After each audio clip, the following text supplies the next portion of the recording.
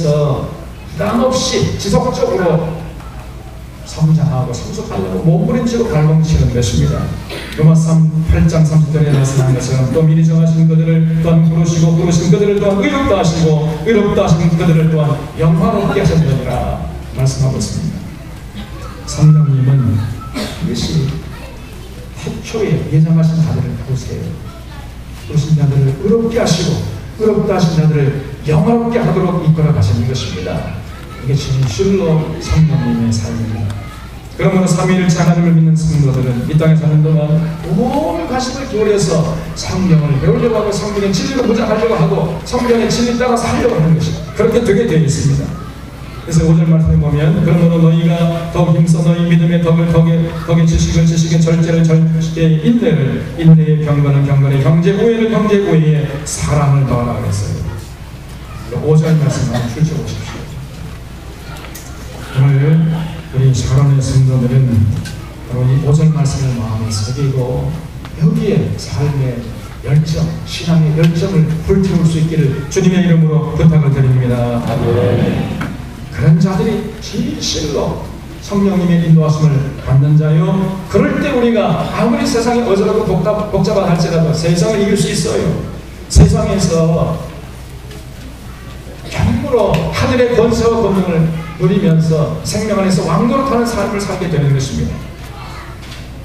여러분, 그 하나님의 신성한 성품은 참 믿음에서부터 시작한다고 그랬어요. 믿음의 덕을 그렇죠? 그래서 우리 주님께서 우리를 위해서 십자가에서 죽으시고 부활하셨다는 것을 믿고 그 주님을 사랑하고 신뢰하는 거예요. 그 주님께서 우리를 사랑하실 때 우리보다 우리를 더 사랑하신다는 걸 믿고 그렇기 때문에 그 주님의 우리를 위해서 가르친 그 가르침을 마음 안에 새기고 살려고 애쓰는 것입니다. 그러면 그런 사람들은요 세상 것을 얽매이지 않아요. 놀랍게도 우리가 예수님의 가르침에 얽매이면 얽매일수록 우리 안에 자유가 더 풍성해지는 것입니다. 역설의 진리. 너희가 내 말에 거하면 참 내 제가 되고 진리를 알지니 딱 말하겠습니다. 진리가 너희를 자유롭게 하리라 그랬어요. 우리가 예수님의 가르침에 따라서 살게 되면요 자유가 사라지는 것이 아니고 더 자유가 풍성해진다는 거예요. 진리가 너희를 자유케 하리라 그랬습니다. 틀림없는 말씀입니다. 참으로 우리가 참 자유를 누리면서 어떤 것에 얽매이지 않고 정말 건강하게 행복하게 가치 있게 이 한 번밖에 없는 인생 시행착오를 줄이면서 아주 의미 있게 살게 되는 것입니다. 근데 이것이 끝이 아니고 이제 시작에 불과한 거예요. 오늘 베드로는 믿음의 덕을 더하라 그랬죠. 그래서 덕이 뭐겠습니까? 쉽게 말하면 덕은 돈이 되는 거예요. 우리 새해가 되면 덕담해달라 하지만 덕담이란 말이 뭡니까? 새해 동안에 마음에 새기고 살 수 있는 그런 도움이 되는 마음을 해달라. 이게 덕담 아니겠습니까? 그래서 덕이라는 것은 어떤 사람들이 도움이 된다는 거예요. 믿음의 덕을 더해야 돼요. 여러분 나를 보시오. 여러분도 나처럼 사십시오. 그러면 여러분도 건강하고 행복하게 살 것입니다. 우리가 이렇게 모든 사람에게 도움이 되는 거예요. 믿지 않은 사람들의 롤 모델이 되어야 됩니다. 그리고 덕의 지식을 더하겠습니다. 여기에서 지식은 물론 하나님을 아는 지식이지요. 날마다 하나님을 아는 지식을 더해야 됩니다. 하나님에 대해서 알면 알수록 그 사람은 참으로 그 자유함을 누리게 되고 사람이 참 평안과 기쁨이 되가 되는 거예요. 이 때문에 혼신의 힘을 다해서 우리가 하나님을 알려고 해야 되는데 우리가 하나님을 알려고 한다고 아까 말씀드렸던 이 야다라고 있죠? 이 야다라는 것은 인격적인 체험을 말하는 거예요. 감정적인 이 지식을 말하는 게 아닙니다. 그래서 예수님의 가르침을 따라서 삶의 현장에서 실천할 때 거기서 하나님이 어떤 분이신가를 우리가 조금씩 알게 되는 거예요. 그런 덕의 지식을 조금만 더해 가야 하는 것입니다. 그래서 하나님의 인격적으로 만나는 시간을 가진 자들은 자연스럽게 거룩하게 구별되게 살아가게 되어야 됩니다. 하나님의 능력과 성품을 알아가기 때문입니다. 그래서 저는 하나님의 따까리다. 이런 생각하면 하나님을 만난 사람이 아니에요. 하나님 인격적으로 만났으면 절대로 그런 말을 할 수가 없습니다. 그가 만난 하나님은 성경에서 계신 하나님이 아니에요. 성경을 나눈 거죠. 우리 성경에서 계신 하나님은 너무나 고상한 인격자시기 때문에 진실로 하나님 인격적으로 만난 체험이 있는 그런 자들은 때로 그런 말을 할래야 할 수가 없는 것입니다. 시정 잡배들도 할 수 없는 그런 말을 서슴없이 하는 걸 보면 그 사람이 만난 하나님은 우리가 성경에서 계신 하나님이 아니란 말이에요. 우리가 딱 한마디만 들으면 알 수 있어야 돼요.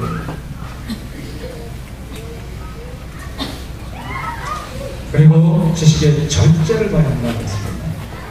절제라는 것은 영원한 셀프 컨트롤이에요. 우리 하나님의 성품 중에 최고의 성품은 절제입니다. 우리 하나님이 절제하지 않았더라면 벌써 이 인류 역사가 끝장났을 거예요. 우리 하나님이 절제, 셀프 컨트롤을 참고 또 참으셨습니다. 그 하나님이 이스라엘 백성들 죄악된 모습을 보실 때마다 그냥 쓸어버리려고 했잖아요. 그때마다 모세가 나와가지고 넙죽 엎드리면서 하나님 제발 용서해 주시옵소서. 바짓가랑이 잡고 늘어지니까 하나님이 또 참으셨어요. 셀프 컨트롤입니다. 또 모세 지난 다음에 사무엘 나와서 엎드리고 아모스가 나와서 엎드리고 야곱이야가 우리 어찌서겠습니까? 하나님 제발 용서해 주시옵소서. 그럴 때마다 또 용서하시고 또 참으시고 또 눈 감아뒀어요. 이게 하나님의 성품입니다. 우리가 진실로 하나님을 믿는다면 이 하나님의 성품을 더해야 해요. 절제의 모습을 더해야 됩니다. 그래서 먹고 싶은 거 있어도 참기. 성경에서는 먹여야 할 것과 먹지 말할 것이 있다는 말씀하고 있어요. 여러분 건강하기 위해서, 하나님 위해서 그런 게 아니고 여러분이 건강해야지 않아요. 그래서 먹을 것 구별해서 나가야 됩니다. 오늘 시대는 특별히 구별해야 됩니다. 먹거리가 너무 없기 때문에 그래요. 그래서 셀프 컨트롤, 아이스크림 안 됩니다.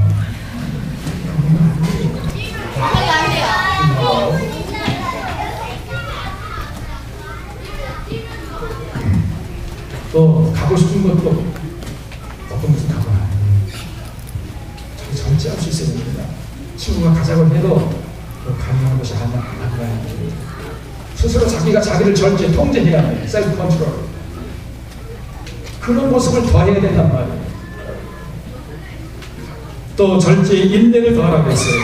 인내도 꼭 참아내는 거죠. 그 절제하고 인내하고 뭐가 차이가 있습니까? 조금 차이가 있어요. 같이 참는 건데 절제는 그 내적인 욕망을 참는 것이고 인내는 외부의 고통을 참아내는 거예요. 그래서 인내를 영어로 하면 long suffering입니다. long suffering. 외부의 핍박과 압력과 고통을 꼭 참아내는 거예요.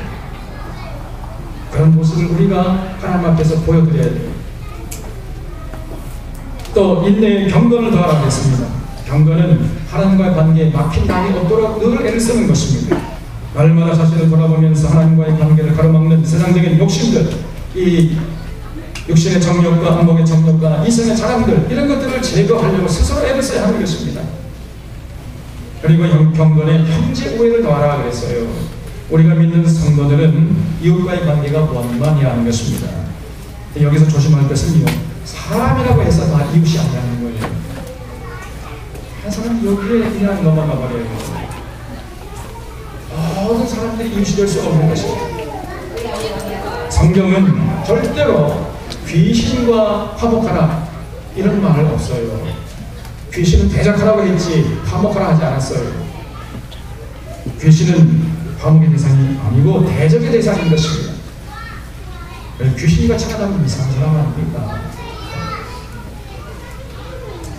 귀신 들린 사람과는 화목하면 안 되겠지. 그 사람 멀리하고 그 사람 쫓아보려 되겠지요. 그 귀신을 쫓아내든지 쫓아낼 수 없으면 그 귀신 들린 사람만 쫓아내야 돼요. 귀신과 화목하면 안 되죠. 형제 우애를 더하라는 말은 귀신 들린 사람과도 화목하라는 말이 아니고 정상적인 상식이 통하는 이런 사람들과 화목하라는 얘기입니다. 그래서 이 정상적인 형제들에게는 말 한마디라도 신중하게 해야 돼요. 이웃을 배려하는 마음이 녹아있는 따스한 말을 하도록 그걸 연습해야 합니다. 생각 없이 뱉는 말, 자기 중심적인 말, 이런 말들이 이웃과의 관계를 해치는 것이에요. 그래서 여러분 꼭 기억하십시오. 이 입에서 나오는 이 말 한마디가 이 말에서 입에서 나오잖아요. 그럼 객관적인 인격이 돼요.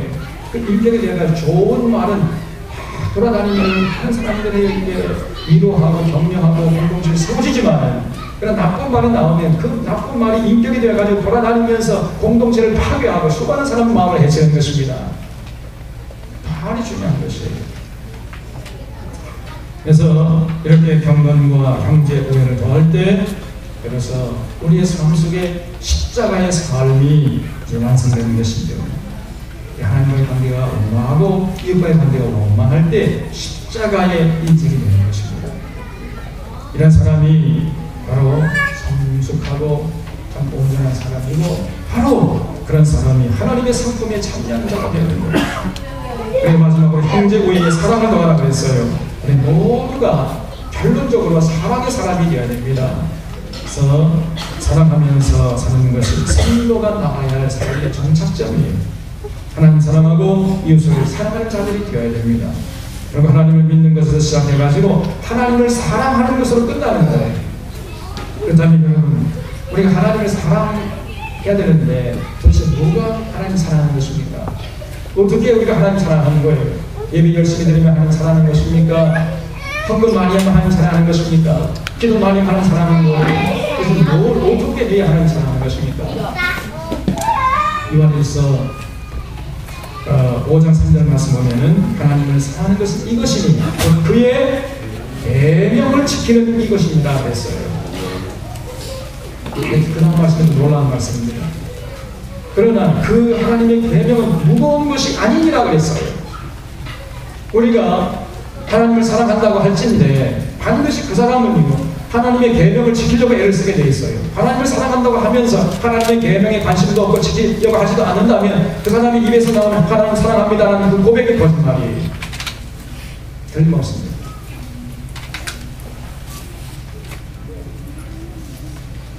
그래서 반드시 하나님을 사랑하는 사람은 하나님의 계명을 실천하려고 해요.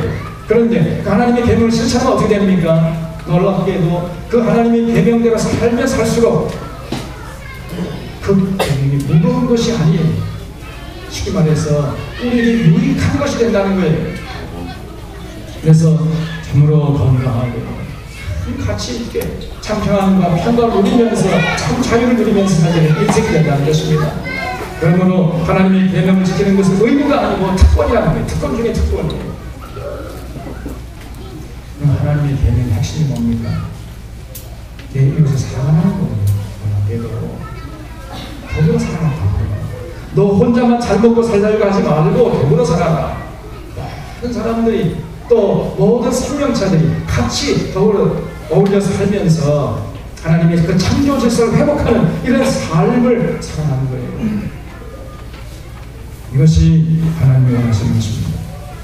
이렇게 살아가게 되면 여러분 그 사람의 삶 속에 하늘의 생명이 뿌리내리고 꽃을 지게 되는 거예요. 이게 기독교인 것입니다. 그 11절 말씀 결론적으로 이 베드로가 이렇게 말씀하고 있어요. 이같이 하면 우리 주 곧 구주 예수 그리스도 영원한 나라에 들어감을 넉넉히 너희에게 주시리라 했습니다. 우리가 이런 하나님의 성품을 닮아가려고 애를 쓰잖아요. 그러면 그 삶 속에 천국이 이루어지는 것입니다. 하나님 나라에 들어가면 넉넉히 하나님을 허락하시는 거예요. 그 때문에 여러분 참된 신앙생활을 하는 것은 우리의 의지가 필요해요. 우리 주님 얘기합니다. 기억하십시오. 사랑하는 성도들은 정말 오늘 이 말씀 한마디만 기억하세요. 진실로 우리가 온전한 신앙생활을 하고 온전한 기독교를 맛보고 이루려고 한다면 우리의 의지가 필요하다는 것을 잊지 마시기 바랍니다. 많은 사람들이 자신의 의지로 자신이 해야 할 도리를 하지 않고 하나님께 다 떠넘겨버려요. 기도해서 하나님 도와주세요. 하나님 얘야 네가 해야 합니다. 지금 이것은 네가 할 일이 아니고서 나보고 하라고 하지 마라. 그렇게 말씀하세요. 건강관리를 우리가 하나님이 주신 게 아니에요. 그래서 우리가 산 정상에 도착하려면은 우리의 두 발을 성실하게 이를 악물고 한 걸음 한 걸음 걸어 올라갈 때 그리고 정상에 도착하는 것처럼 우리가 하나님 나라에 들어가려면 우리 의지를 가지고 힘들어도 그 고난이 닥쳐와도 우리 의지를 가지고 한 걸음 한 걸음 저 높은 걸 향해서 전진해야 할 줄로 믿으시기 바랍니다. 하나님이 해주시는 게 아니에요. 우리가 해야 됩니다. 우리가 그런 의지를 가지고 실천할 때 비로소 성령님께서 도와주시는 거예요. 너무나 많은 성도들이 이것을 생각하지 못합니다. 기도해 하나님 도와주세요. 그럼 하나님이 다 해줄 줄 알아요. 이 영적인 저지나 먹는 간단하게 수준에서 벗어나지 못하는 것입니다. 우리 사람의 성도들은 한 사람도 그런 자가 없기를 주님의 이름으로 축원합니다. 우리가 그런 길을 걸어갈 때에 그 생명길을 걸어놓는 그런 자들이 있어요. 그렇게 올바른 신앙생활 하는 그런 모습을 보이면요, 이 어둠에서 이렇게 이 마귀의 종들이 이 배가 아파서 견디지 못하는 것입니다. 그래서 베드로 후서 2장 1절 말씀을 보면은 베드로가 이렇게 말씀을 해요. 그러나 백성 가운데 또한 거짓 선자가 일어났었나니 이와 같이 너희 중에도 거짓 선생들이 있으리라. 그들은 멸망하게 할 이단을 가만히 끌어들여 자기들의 사신주를 부인하고 임박한 멸망을 스스로 취하는 자들이라 그랬습니다. 이 마귀가 온전한 기독교를 세우지 못하도록 신의 상품에 참여한 그런 자들을 어그러진 길로 가도록 하기 위해서 온갖 수단 방법을 가동을 하는 것입니다. 그래서 거짓 선자도 거짓 선생들을 일으켜가지고 어그러진 말을 해서 달콤한 속삭임을 해가지고 죽음의 길로 끌고 가려고 하는 것입니다. 기복신앙에 빠져있거나 신주에 멸망하도록 평생 그 엉터리 방황기도 하다가 죽게 만드는 거예요. 하는 것은 방언기도 하는 그 시간마다 하나님과 대화, 하나님과의 기도를 방해하는 것입니다. 그래서 자기는 열심히 신앙생활 한다고 하는데 엉뚱한 방해하는 것입니다. 작품 기독교지도 모르고 거기 헤매다가 죽고 말아요. 이게 마귀가 노리는 전략이에요. 이렇게 모기시도를 외쳐도 깨닫지 못한 사람들이 많습니다. 그 방언기도를 내려주지 못해요.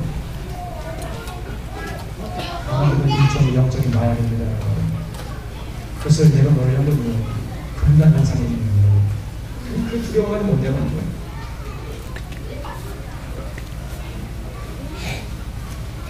그래서 그런 자들이 어떻게 되겠습니까? 베드로후서 2장 12절 말씀 보면은 2장 12절에 그러나 이 사람들은 본래 잡혀 죽기 위하여는 이상 없는 짐승 같아서 그 알지 못하는 것을 비방하고 그들의 멸망 가운데서 멸망을 당할 것이다 했습니다. 절에 나아갈 운명은 불보듯이 뻔합니다. 그들은 이성 없는 짐승 같은 자들이에요. 짐승은 마음에도 말기 못하지 않아요. 기저로 가면 떨어져 죽는데 그걸 달려가는 거예요. 달려가지 말라고 해도 그냥 달려갑니다. 그래서 멸망 가운데서 멸망을 당할 것입니다. 하나님의 심판을 면치 못할 것이죠. 죄 가운데서 먹고 마시다 죄 가운데 죽고 말 것이에요. 그런 모습을 보고 마귀가 배후에서 괴제를 부르는 것입니다. 다 들어오고 있습니다. 우리 새롭게 성도들은 이런 흐름을 경계할 수 있기를 바랍니다.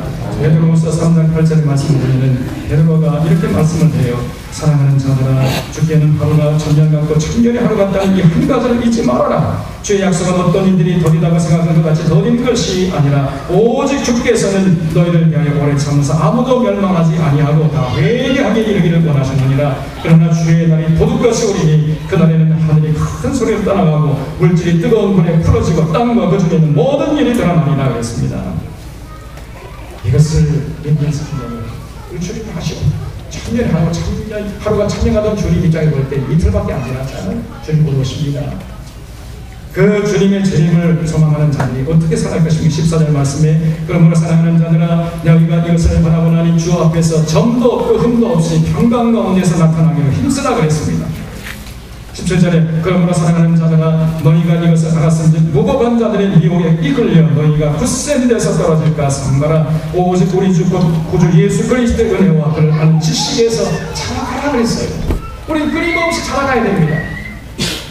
성장하고 성숙하고 성화되어서 온전한 믿음의 분량이 충만한 데까지, 그리스도 장성한 분량이 충만한 데까지 우리가 끊임없이 성장해야 돼요.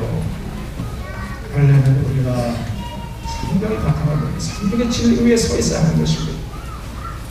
아무쪼록 우리 전원의 성도들은 정죄 소망을 가지고 하나님의 성품에 참여하는 자들로 하루하루 성실하게 정직하게 살아갈 수 있기를 바랍니다.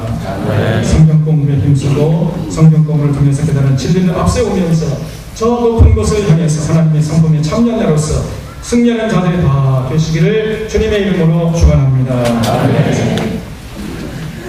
참 고마우신 하나님 아버지, 오늘 이와 같이 하나님 은혜 가운데 이제 들꽃 푸른 초롱교회가 한국교회의 그 타락한 모습을 보면서 건강한 교회의 모습을 통해서 한국교회를 개혁하고자 이제 새 출발하게 되었습니다.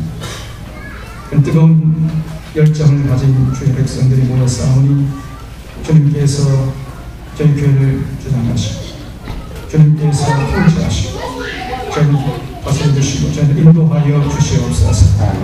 우리 모두가 신의 성품에 참여한 자인 것을 잊지 않게 하시고 그래서 이 땅에 산날 동안까지 하나님의 성품을 닮아가려고 우리의 의지를 가지고 애쓸 수 있는 거룩한 성도들 되게 하여 주시옵소서. 온전한 기독교의 모습, 건강한 교회의 모습을 만방에 발휘할 수 있는 저런 교회 되게 하여 주시옵소서. 사랑하는 중앙의 성도들, 저런의 성도들, 참으로 올 한 해 동안도 온전히 주님께 부탁드리오니 주님께 입하시고 간섭하시고 어두운 세상을 이길 수 있는 믿음과 용기와 분별력을 더하여 주시옵소서. 모든 것 주님께 부탁하옵고 예수님의 이름으로 기도하옵나이다.